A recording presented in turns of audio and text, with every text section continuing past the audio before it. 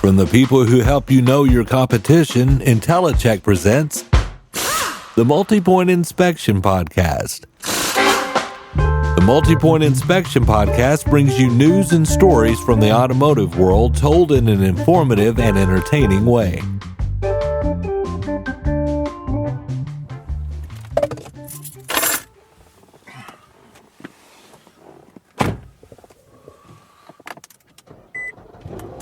Today I'm headed to Serra of Jackson, which is a Chevrolet, Cadillac, Buick, GMC, and Kia dealership in Jackson, Tennessee. Serra of Jackson and Serra of Bartlett are helping you declare independence from high fuel prices. We're giving away... Jackson is a city of around 70,000 people in West Tennessee and sits on Interstate 40, almost at the halfway point between Memphis and Nashville.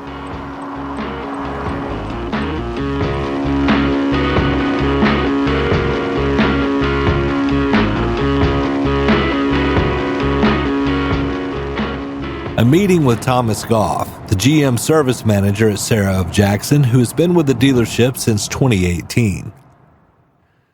The automotive industry is rapidly changing, not to mention that it was one of the hardest hit from the COVID-19 pandemic and its aftermath. Hey, it's Clay over at Serra. How you doing? So I wanted to see how this dealership in West Tennessee was handling the changing landscape of the automotive service industry. And just to give you an idea what size dealership we're talking about here. We stay covered up. We bring in over 20 to 30 cars a day from the back shop, and the guys in Express will run anywhere from 50 to 60 cars a day through Express service. At the GM building, we have 18 stalls.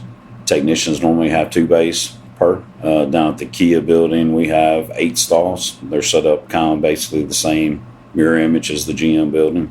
And we also have a full, like I said, Express service. There's 2 Express bays and then 2 side stalls also for, let's say, brakes and minor maintenance stuff that they'll run through Express department also. We've also opened up a medium heavy duty shop. We're the only ones in West Tennessee, except Shelby County, to where we can work on 3,500, 4,500, 5,500. So we are the medium heavy duty dealership / service department for West Tennessee. Thomas says that just like every other business, the pandemic obviously affected business, but not as much as you might think. It really didn't impact us very much, except parts availability on some stuff. A lot of the manufacturers had shut down a few times. That's really the only impact we felt here locally. Here at the dealership, we didn't have very many people missing or anything like that. It really didn't hit us here. And he says they are beginning to bounce back from the microchip shortage that was probably the biggest challenge on the lot after the pandemic. New cars. It slowed down new car production coming in, yeah. Right now they've released them though, so they're coming in slowly. We're retrofitting the ones that came in without them. But the scarcity of new vehicles everywhere, not just at Serra, did come with its own benefits for the service department. There wasn't very many choices out to purchase something new, and if they were going to get a used vehicle, a lot of them tend to keep and fix the ones they already had, to invest money with, because they already knew that vehicle. So it did increase ours somewhat, yes. GM plans to introduce 30 EVs by 2025. They can't just sit back and wait for the market to come. They are going to have to push the market forward, because if they don't do it, there are others who will. GM executives emphasize the company's plan. Well, we've got 4 charging ports in the building already. We've upgraded to GM specs with bigger lifts to house the new Silverado and the Hummers that are coming. They have to be weight capacity up to specs, and we've already got that installed. Already sent techs for the EV training. We've already done a lot of the web-based training, the advisors and the technicians. Some techs have went and even did some hands-on already too. So we're totally prepared for that. And this just in. InteliChek's November 2022 Mobile Repair Report. In the past few years, a new trend has emerged in the automotive repair industry, mobile repair. And although this trend started gaining steam before 2020, it's no surprise that there was exponential growth due to the COVID-19 pandemic. But it appears that this trend is gaining steam post-pandemic. A recent study stated that product sales of mobile repair more than doubled between 2016 and 2021. Its annual growth rate is 15 times that of the total light vehicle DIFM or Do It For Me market. The number of technicians who have joined mobile repair doubled in those 5 years as well. The report went on to say that 2021 sales were 50% higher than in 2019. So this month at InteliChek, we are researching mobile repair services in the Southwest region. We have collected diagnosis fees and battery prices from service providers that offer mobile repair in these areas.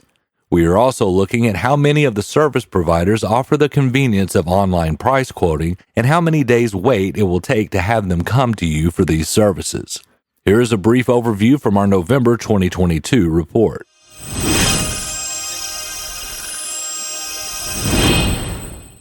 We looked at Los Angeles, California, Houston, Texas, and Phoenix, Arizona.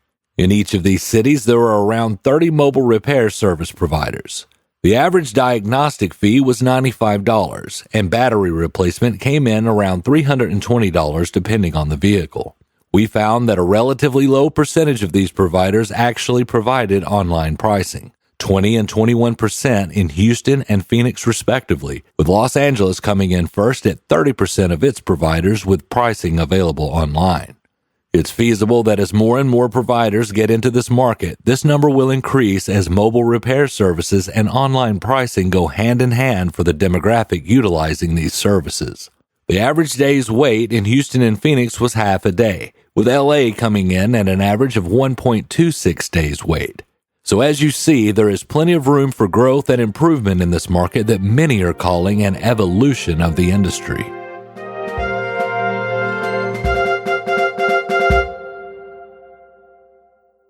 And while Serra of Jackson hasn't yet fully jumped on the trend of mobile repair, they do offer an impressive roadside service option. We've had a Cadillac roadside assistance for going on a year now. It's labeled Cadillac, but it's all GM product. We have online appointments set up and everything, but most of that stuff's handled through roadside assistance. And the mobile stuff, realistically, it's there for quicker, easy fixes. And if it's something more detailed, the guys will stay with the customer until the tow truck or tow company gets there to bring the vehicle in. Even if after hours, they don't tend to leave people stranded, they'll wait till roadside assistance shows up to have the vehicle towed. Mechanic shortage, you seen any of that?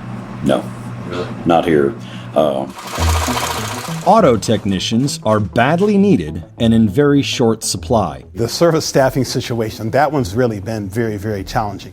Kevin Massey owns a Ford dealership in Napa, California, and despite in-house training and competitive salaries, he has been struggling to find service workers.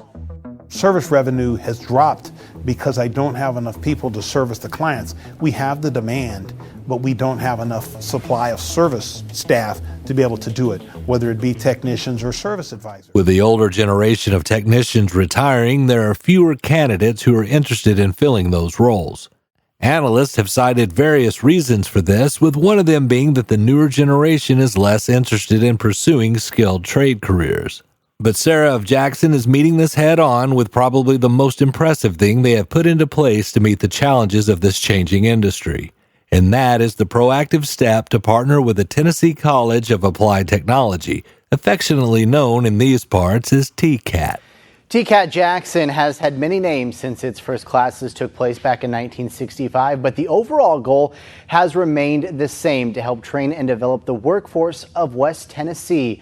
39 News' Jackson Overstreet has more on this week's Made in Tennessee. Just to be totally honest with you, what we have done, we've seen some of that at other dealerships where the older guys have retired. We have started an apprentice program, and we've partnered up with the TCAT here locally in Jackson. So we do a lot of co-oping with them where they can come and do their co-oping, and when they're ready, we get first pick of a lot of the TCAT students, and we'll bring them in an apprentice program, let them work under one of the GM certified technicians for a few years, then we'll put them out on their own as a line technician, so kind of homegrowing our own technicians.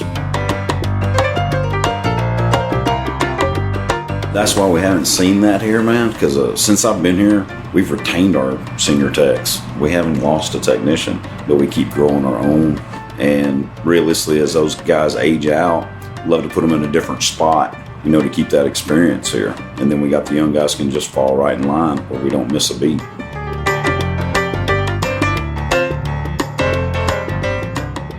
We at InteliChek would like to thank Thomas at Serra of Jackson for speaking with us in our maiden voyage episode of the Multi-Point Inspection podcast.